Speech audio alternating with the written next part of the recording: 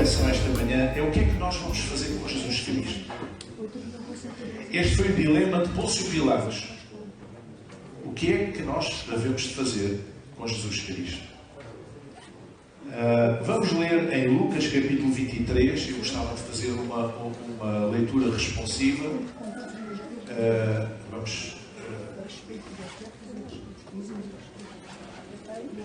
Ok? Vamos chegar em pé e vamos ler. Eu leio o primeiro versículo, os irmãos leem o segundo e assim sucessivamente. E convocando Pilatos os principais dos sacerdotes e os magistrados e o povo,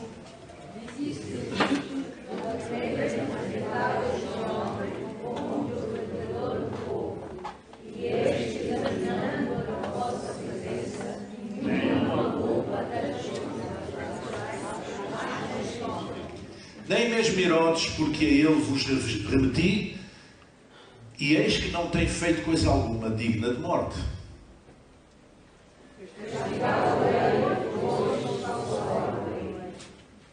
E era necessário soltar-lhes um pela festa.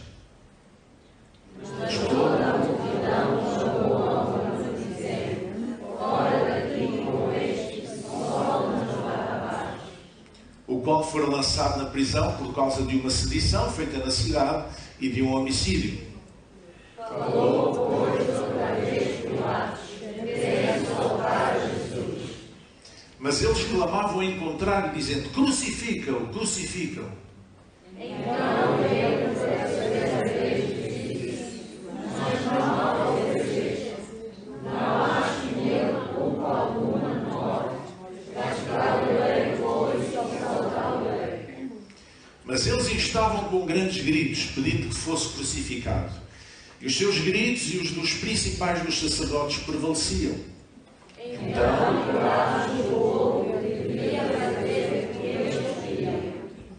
e soltou-lhes o que fora lançado na prisão por uma sedição e homicídio, que era o que pediam, mas entregou Jesus à vontade deles. Eu penso que termina aqui, certo? Podem sentar.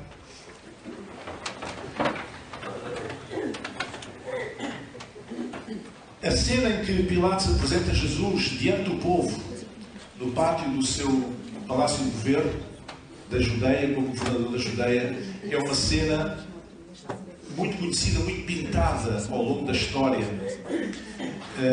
muito reproduzida, digamos, através das artes. E é um momento fulcral. Ele apresenta o homem, diz: eis o homem, e depois ele não sabe o que é que há de fazer. Ele tem um dilema. E eu gostaria de trazer esse dilema para nós hoje, de alguma forma. Não exatamente igual, mas semelhante. Ou seja, Pilatos tinha duas opções. Ou ele concordava e mandava executar Jesus, acedendo assim à vontade do poder do tempo, do poder religioso e do povo que clamava para que Jesus fosse crucificado, ou então ia em favor da sua consciência e dizia: bom, eu não encontro nele mal algum, portanto eu vou libertá-lo. Ele tinha uma opção e teve de fazer uma escolha. Nós hoje também temos uma opção. Perante Jesus temos uma opção. Todas as pessoas têm uma opção. O que fazer com Jesus Cristo? O que é que vais fazer com Jesus? Pilatos sabia que ele não tinha feito mal nenhum e não sabia o que fazer com ele, então ele perguntou: que mal fez este? Ele tentou evitar aquela fúria que exigia a morte de Cristo. Irmãos, nesta altura do campeonato, todos nós já ouvimos falar em Jesus. Toda a gente já ouviu falar em Jesus, pelo menos no mundo ocidental. Todos já ouviram falar em Jesus. Às vezes de uma forma um pouco precisa, um bocadinho deturpada, mas já todos ouviram falar de Jesus. E agora põe-se a questão: o que fazer com esse Jesus? Você que já ouviu falar de Jesus, o que é que vai fazer com ele? O que é que vai fazer com ele? E tal como Pilatos, nós só temos hoje duas opções: ou crucificá-lo, ou correr para os seus braços e tornar-nos discípulos dele. Só temos duas opções, não temos mais opções. Jesus Cristo é a única personagem que dividiu a história. Em antes de Cristo e depois de Cristo, o nascimento de Cristo é uma dobradiça, é um centro, um eixo central da história. E nós contamos os anos e os dias em referência às... Nós estamos no ano 2024, ano da graça de Deus, ou 2024 depois de Cristo. Quando nós falamos de tempo antes de Cristo, sempre falamos antes de Cristo. Ou seja, Ele dividiu a história. O que é crucificar Cristo? Quando eu digo que hoje nós estamos a crucificar Cristo, ou temos duas opções, uma delas é crucificá-lo de novo. O que é que eu quero dizer com isto? Crucificar Cristo, por exemplo, é fingir que Ele não existe, é ser indiferente, é ignorar esta figura que dividiu a história dos homens, a história da humanidade, em duas partes. Flávio Josefo era um judeu, historiador, que escreveu ao serviço dos romanos. E apesar de aqueles que eram os cronistas da época escreverem ao serviço de quem escreviam, glorificavam os feitos de quem escreviam, de quem lhes pagava, naturalmente, mas Flávio Josefo referiu nos seus escritos um tal Jesus de Nazaré e os seus discípulos. E outros o fizeram também. É claro que nós podemos ignorar Jesus na história. Podemos ignorar Jesus histórico. Podemos fingir que Ele não existiu. Podemos fazer um certo revisionismo histórico, que é algo que muita gente gosta de fazer, especialmente alguns políticos. Muitos de vocês já viram, com certeza, ou alguns, uma célebre fotografia de Lenin a discursar às massas em São Petersburgo, em cima de um palanque. E embaixo estava muita gente à volta, e outros em cima com ele, e embaixo estava Trotsky. Pois quando Stalin subiu ao poder, passado algum tempo, ele perseguiu-se Trotsky, e o que é que acontece? Nós hoje vemos aquela mesma fotografia apagada, manipulada, e Trotsky não está lá. Como se Trotsky não tivesse sido um dos principais elementos da Revolução Bolchevique. Ele simplesmente, Stalin, fez revisionismo histórico. Reviu a história. A história que era o que tinha acontecido até ali, ele contou de outra maneira e tirou determinadas partes e afastou determinadas pessoas. Não, essa pessoa não interessa. Ele perseguiu, tornou-se maldito e mandou matá-lo no México, mais tarde. Então há pessoas que fazem revisionismo histórico com Jesus. Fingem que Ele não existiu. Procuram apagá-lo da fotografia da história. Faz-se conta que não aconteceu. Mas olha, ninguém gosta de ser ignorado. Ninguém gosta de ser ignorado. Aqui há uns anos nós tínhamos a minha irmã, alguns de nós estávamos a brincar com ela, e ela também levava tudo que a gente dizia a sério na brincadeira, levava tudo a sério, e então uma das coisas que mais a deixava desconfortável e mesmo furiosa era nós começámos a falar entre nós como se ela não estivesse ali, e às vezes até citar o nome dela, e então a gente ia falando e tal, e ela ficava completamente possuída, como se costuma dizer, não é? Era uma brincadeira que nós fazíamos. Ninguém gosta de ser ignorado. Ninguém gosta de parecer que não existe, ou que não existiu. O Marco Paulo dizia com muita razão, agora nos últimos tempos, o que tiverem que fazer, façam em vida. Porque depois, quando eu morrer, já não vou aproveitar nada. Eu gosto muito da vida e gosto muito de receber, não é, a simpatia das pessoas, etc. Ou seja, ninguém gosta de ser ignorado.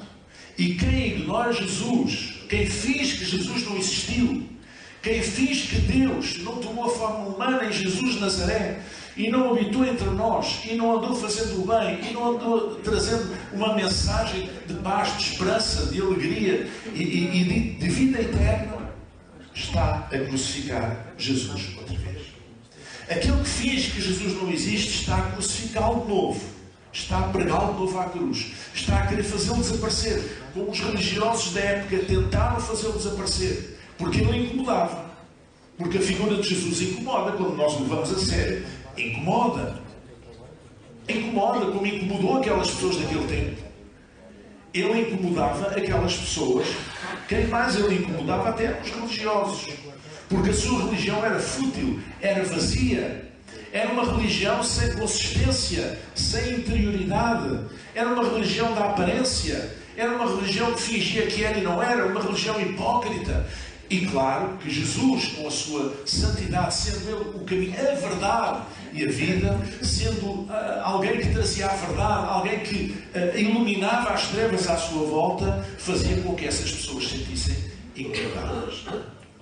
Então, os líderes religiosos fizeram tudo para tentar que Jesus fosse suprimido, fosse executado, fosse suprimido da história, na expectativa de que ele morresse e acabasse aquele movimento à volta dele, tudo morresse. Mas estavam muito enganados, profundamente enganados. Nós ainda estamos aqui 2000 anos depois, um povo em todo o mundo que se chama pelo nome de Jesus, que se chamam cristãos, que se dominam cristãos e que procuram seguir os seus passos e as suas palavras. Amém. Então, se tu não queres crucificar Cristo, pensa bem, se estás a ignorá-lo na tua vida, fingir que Ele não existe, então estás a crucificá-lo. Outra forma de crucificar Jesus é roubar-lhe a identidade, a verdadeira identidade. Há roubos de identidade, como vocês sabem. Há pessoas que roubam a identidade através da internet e não só, e de outras formas. Roubam a identidade de uma pessoa e de vez em quando alguém tem que ir a tribunal responder por umas multas que não pagou e que passou na via verde e não pagou, e multas que não pagou, e afinal não era a pessoa, era alguém que roubou a identidade daquela pessoa e fez isso com a identidade falsa. Então há falsas identidades, há identidades roubadas. Mas como é que nós podemos roubar a identidade de Jesus? É muito simples, é olhar para Ele como se fosse um simples profeta. É olhar para Ele, para a figura de Jesus, como se fosse apenas um homem virtuoso, um homem que fazia o bem. É olhar para Ele como se Ele fosse um ativista social. É olhar para Ele como se Ele fosse um político. É olhar para Jesus como se Ele fosse um filósofo. É olhar para Jesus como se Ele fosse um líder religioso. Jesus era outra coisa. Jesus era o Filho de Deus vivo. Amém. E se tu não reconheces em Cristo que é o Filho de Deus vivo, estás a roubar a identidade. Estás a fazer dele outra coisa qualquer. E tal, eu até simpatizo, ele foi um homem bom, andou a fazer o bem e tal. E alguns até dizem que ele foi o primeiro comunista. E coisas assim e tal. E não, ele preocupava-se com os pobres e com os doentes e com os marginalizados, com a sociedade. É verdade tudo isso. Ele preocupava-se com toda a gente. Não só com os pobres, mas ele preocupava-se com todos. Mas a verdadeira identidade dele é que ele era o Filho do Deus vivo. Era o Messias de Israel, era o ungido de Deus, era o Cristo. Era aquele que veio para a salvação da humanidade, para nos restaurar a Deus, a nossa comunhão com Deus. E se nós não reconhecemos em Cristo aquilo que Ele era, e andamos aqui entretidos apenas a pensar que Ele é um homem bom e disse umas coisas interessantes e tal, então nós estamos fora do contexto. Nós estamos a roubar-lhe, estamos a crucificá-lo de novo. Porque estamos a roubar a sua verdadeira identidade. A terceira razão para nós crucificarmos Jesus, ou pela qual nós crucificamos Jesus tantas vezes, ou as pessoas crucificam Jesus tantas vezes, é afirmarem-se cristãos, mas não deixarem que Cristo viva dentro deles. São os simpatizantes. Afirmam-se cristãos, mas à distância. Um bocadinho como aquelas pessoas que estavam a ver de longe o ato da crucificação no Monte do Calvário. Estavam a acompanhar de longe. Estavam a ver de longe. Não se queriam comprometer muito. Queriam ver o filme, mas não se queriam comprometer muito. Não queriam ser vistas. Então estavam de longe. E há algumas pessoas assim. Dizem que são cristãos, simpatizam com a fé cristã, mas não deixam que Cristo viva em si. O que é que isto significa? Não deixar que Cristo viva em mim. Significa que não estar disposto a morrer para mim mesmo. Para eu deixar que Cristo viva em mim, eu tenho que matar o meu eu. Eu tenho que reduzir o meu eu à sua insignificância. Eu tenho que pregar a minha carne na cruz do Calvário. Para que Jesus possa emergir dentro de mim, para que eu possa dizer como o apóstolo Paulo, não vivo mais eu, mas Cristo vive em mim. Já estou crucificado com Cristo e vivo não mais eu, mas Cristo vive em mim. Amém? E a vida que agora vive na carne, vivo-a pela fé do Filho de Deus. Viver pela fé. Pela fé em quê? Pela fé numa coisa assim abstrata? Não, pela fé do Filho de Deus. Pela fé em Jesus. A nossa fé não é uma coisa abstrata. A nossa fé não é uma coisa... eu penso que há um teólogo que eu gosto muito, chama isto alguismo. Eu acho que há algo que nos comanda, algo, não sei o quê, chama isto o alguismo.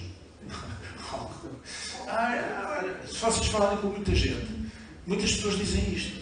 As pessoas não têm, a maior parte das pessoas não tem o pensamento, ou a ideia, ou pelo menos a coragem de dizer não há nada, isto não há nada, isto é gente, somos como os animais e acabou e tal. Não, dizem, acho que há qualquer coisa. Mas também não querem saber o que é essa qualquer coisa. Não, Deus não é qualquer coisa. A fé não é em qualquer coisa. A fé é no Filho de Deus. Nós temos um Deus relacional, um Deus pessoal, um Deus que nos fala, um Deus que relaciona connosco. Apenas nós estejamos dispostos a ser capazes de ouvir Ele falar à nossa vida. A vida que agora vive na carne, diz o apóstolo Paulo, vivo-a pela fé do Filho de Deus, o qual me amou e se entregou a si mesmo por mim. E é por isso que muitos persistem em viver na carne. Não deixam que Cristo viva em si. Dizem que são cristãos, mas não estão dispostos a morrer para si mesmos. Estão entregues aos vícios. Não param para tentar ouvir Deus. Ou não querem saber da sua vontade para coisa nenhuma. Se eu não estou disposto a morrer para mim mesmo, então eu estou a fazer a mesma coisa que aqueles que fizeram há 2000 anos atrás. Eu estou a crucificar Cristo. Eu disse ao princípio que o nosso dilema é o mesmo, é semelhante ao do governador Pôncio Pilatos. Ou mandamos crucificar Cristo, ou crucificamos Cristo. Ou outra opção. Só há duas opções. A outra opção dele era libertá-lo. A nossa opção é tornar-nos discípulos dele. É aceitá-lo na nossa vida. Imagina que é uma pessoa casar, um homem casar com uma mulher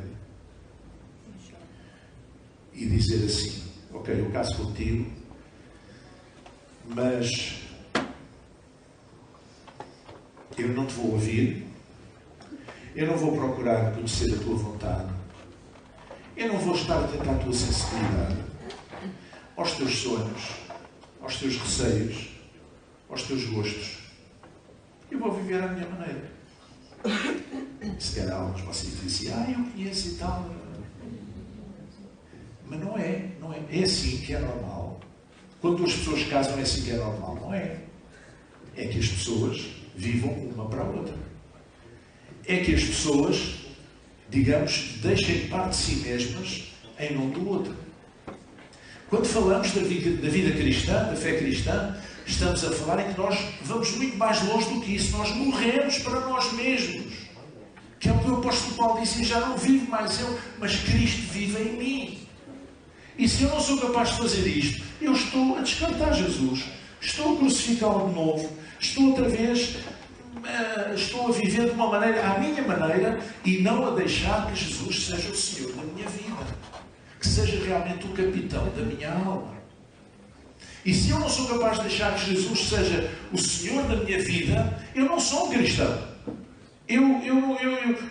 Se eu não deixo que Cristo viva em mim, que Cristo dirija a minha mente, dirija os meus pensamentos, as minhas palavras, as minhas ações, mesmo na minha insuficiência, mesmo na minha imperfeição, mas cada vez que eu falho, eu dizer: Senhor, eu falhei, perdoa-me, ajuda-me a ser forte. E se nós não andarmos neste caminho, se nós não seguirmos este caminho, nós não estamos a fazer outra coisa que não seja crucificar Jesus. Eu estou sempre direto, irmãos. Estou sempre direto hoje. Não deixar que Cristo viva em mim também é não procurar uma revelação mais fresca de Deus. Há pessoas que estão a viver a revelação que tiveram há 30 anos, há 20 anos, há 10 anos. Não, nós precisamos de uma revelação de Deus a cada dia. nós temos de comer todos os dias, nós temos de beber todos os dias, de beber água todos os dias. Nós precisamos de uma revelação de Deus a cada dia. Quando amamos alguém, nós queremos conhecer a pessoa mais profundamente e gozar a sua presença. Se tu amas Jesus, porquê é que não fazes isso? Porquê é que não queres gozar a sua presença a cada dia? Porquê é que não queres conhecer mais profundamente? Não queres saber mais de Jesus?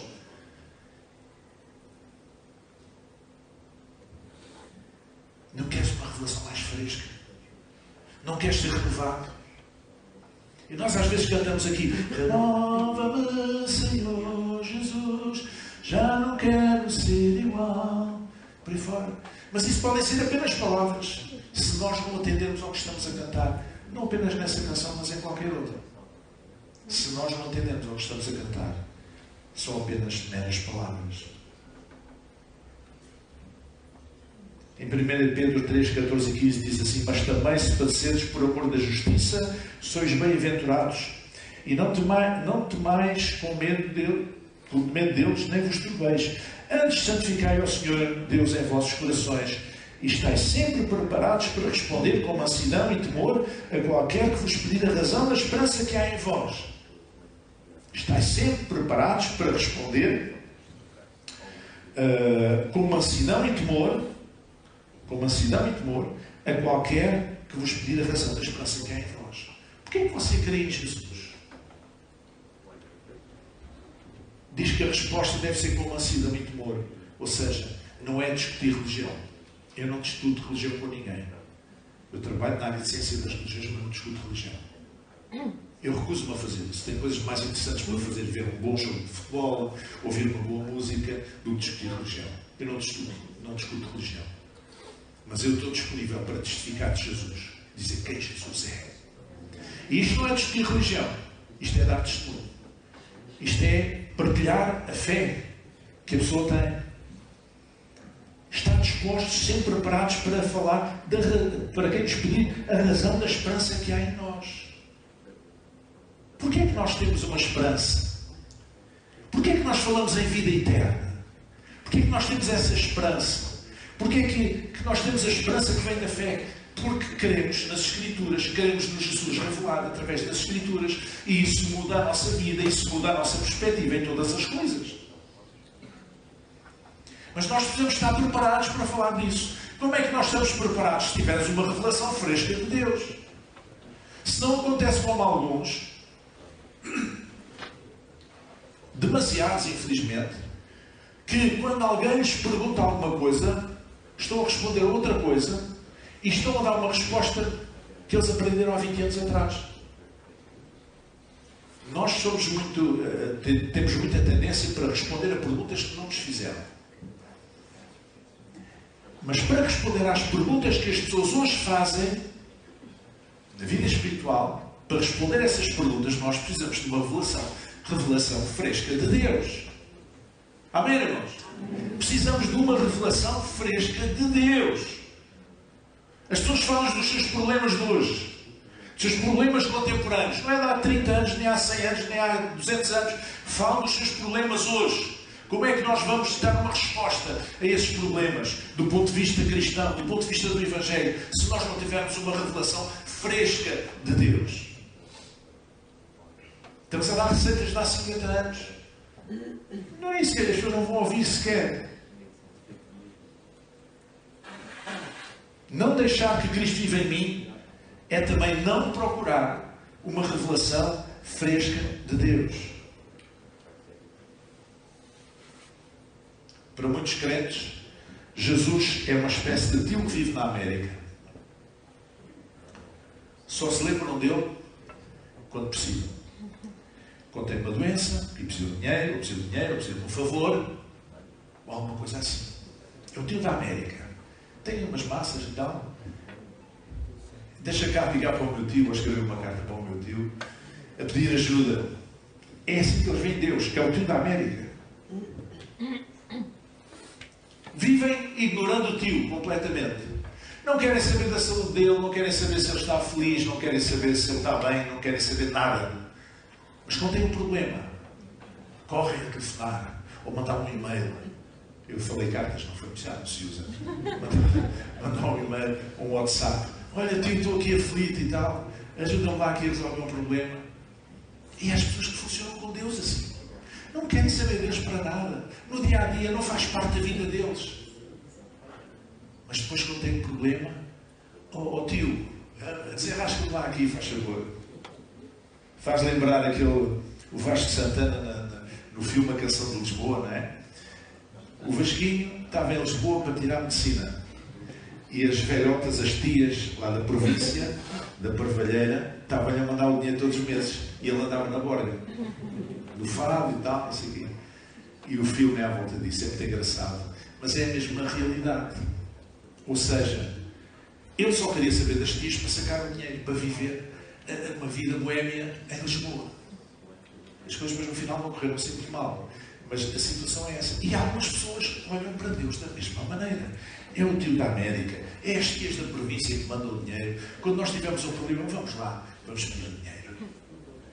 Depois também há aquelas pessoas que não vêm à igreja, não querem saber de nada, mas quando têm um problema de saúde, pedem, pede lá na tua igreja e tal, oração e tal. E Deus tem misericórdia. Deus tem misericórdia, por isso nós oramos com o mesmo propósito, com a mesma fé, com a mesma confiança, que Deus nos ouve, independentemente da pessoa vir à igreja ou não. Jesus não curou uma vez 10 leprosos, e quantos é que vieram agradecer-lhe para trás? Foi um. E se ele fosse como certos religiosos, ele dizia assim, pois agora caia outra vez a lepra em cima dos outros 9. Não souberam ser agradecidos. Não, ele não fez isso. Não deixar que Cristo viva em mim é não considerar a graça de Deus como sendo suficiente. Há muitas pessoas que acham que a graça de Deus não é suficiente. A minha graça te basta, disse Deus a Paulo, porque o meu poder se aperfeiçoa na fraqueza. Quando é que nós entendemos isto?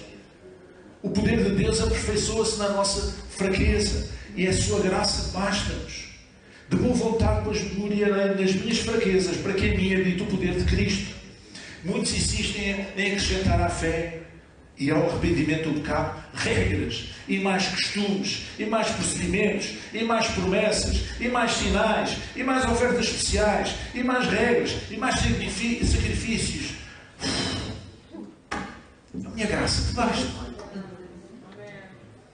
Ao não deixar que a graça de Deus seja suficiente, ao não considerar que a graça de Deus é suficiente, nós não estamos a deixar que Cristo viva em nós.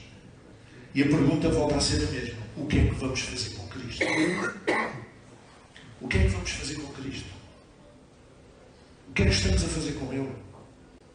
A crucificá-lo? Ao fingir que Ele não existe? A roubar-lhe a verdadeira identidade? A dizeres que és cristão, mas não deixas que Cristo viva em ti? Ao continuar a viver na carne, recusando-te a morrer para ti mesmo? Ao não te chegares a Ele, procurando conhecê-lo mais? Ao não confiar na suficiência da sua graça? O que é que vais fazer com Jesus? O que é que estás a fazer com Ele? Lavar as mãos com Pilatos não resulta. Não funciona. Pilatos é responsável pela morte de Cristo, pela sua crucificação. Apesar de achar que ele era inocente, apesar de desejar libertá-lo, no fundo, mas ele deu o seu ok para que Cristo fosse crucificado. E por isso eu volto a dizer, termino como comecei. Só há duas saídas. Ou vamos crucificá-lo, ou vamos segui-lo como discípulos. Pensa nisso. Tu que andas um pé dentro e um pé fora, tu que és um simpatizante, mas não és um discípulo. Tu que ainda não tens um compromisso com Cristo. Pensa nisso. Só há duas hipóteses. Ou estás a crucificar Jesus, de alguma destas maneiras, ou de mais do que uma, ou corres para os teus braços e dizes, eu quero ser um discípulo de Jesus. Vamos chegar em pé. Gostaria que nós orássemos agora. Curva a sua cabeça, feche os seus olhos. Mesmo com os teus olhos fechados, se tu já és um discípulo de Jesus, ou se tu queres ser um discípulo de Jesus, põe a tua mão esquerda sobre o teu coração e levanta a tua mão direita. Deixa a tua mão direita levantada e a tua mão esquerda sobre o teu coração. E vamos orar. Senhor, nosso Deus e Pai, esta manhã nós vimos a Ti com sinceridade do nosso coração, Senhor. Com transparência no nosso coração. E nós queremos colocar a nossa vida perante Ti, Senhor. Tu que és a verdade. Tu, Senhor, que sondas os corações. Tu que a Tua palavra é como uma espada que penetra até o interior do nosso ser, discernindo a alma do Espírito, Senhor. Tu que tudo vês, tudo sabes e tudo conheces. Nós queremos colocar na Tua presença esta manhã. E queremos dizer-te, Senhor, que somos Teus discípulos, queremos ser Teus discípulos, queremos continuar a ser Teus discípulos, ou queremos começar a ser Teus discípulos, Senhor, a partir deste dia, Senhor. Nós não queremos ignorar-te, nós não queremos desconsiderar a Tua verdadeira identidade, a verdadeira identidade de Jesus como Filho de Deus vivo, ó Pai. Nós não queremos crucificar Jesus de alguma destas formas, de forma alguma, de modo algum. Mas nós não queremos fazer como Pilatos, não queremos lavar as mãos tão pouco, porque ao lavarmos as mãos somos cúmplices também desse crime, Senhor. Não, nós queremos entregar-nos nas Tuas mãos, Senhor. Queremos confiar em Ti, queremos morrer para nós mesmos, para que Tu vivas em nós. Queremos mudar o nosso parecer, a nossa mente, a nossa mentalidade, a nossa forma de pensar, a nossa forma de falar, a nossa forma de agir. Queremos alinhar a nossa vida com Jesus, apesar das nossas imperfeições, apesar das dificuldades, apesar das nossas falhas, mas nós temos os nossos olhos postos em Jesus, o autor e consumador da nossa fé, aquele que é o nosso exemplo, o nosso modelo, a nossa inspiração, o nosso Salvador. Nós queremos caminhar para Ti, Senhor, cada vez mais, conhecer-te mais, ter uma revelação nova da Tua parte, Senhor, para que a nossa vida possa ser impactada, Senhor, cada vez mais, a cada dia, a cada momento, com essa presença, com essa voz, com essa palavra, Senhor. Ó Deus, para que a nossa vida seja verdadeiramente vivida como parte do Teu rebanho, Senhor, daqueles que Tu tens chamado, Senhor. Em nome de Jesus, em nome de Jesus, em nome de Jesus, confiamos a nossa vida nas Tuas mãos, inteiramente, Senhor, e deixando, Senhor, que Tu possas ser o capitão da nossa alma, seres o Senhor que guias a nossa vida em todos os nossos passos, Senhor. Aquilo que nos ilumina, aquilo que nos ensina, aquele que nos ensina em cada momento, em cada encruzilhada da vida, em cada dúvida que nós temos, Senhor. Aquele que nos aponta o caminho, aquele que anda connosco, aquele que caminha ao nosso lado. E que tantas vezes nos momentos difíceis nos pega ao colo, Senhor, para chegarmos mais adiante, Senhor. Não nos abandonando, não nos deixando, mas amando-nos até ao fim, como Jesus fez, que amou até ao fim. Em nome de Jesus nós Te agradecemos, Senhor. Que assim seja. Amém. Vamos glorificar o nome de Jesus. Amém.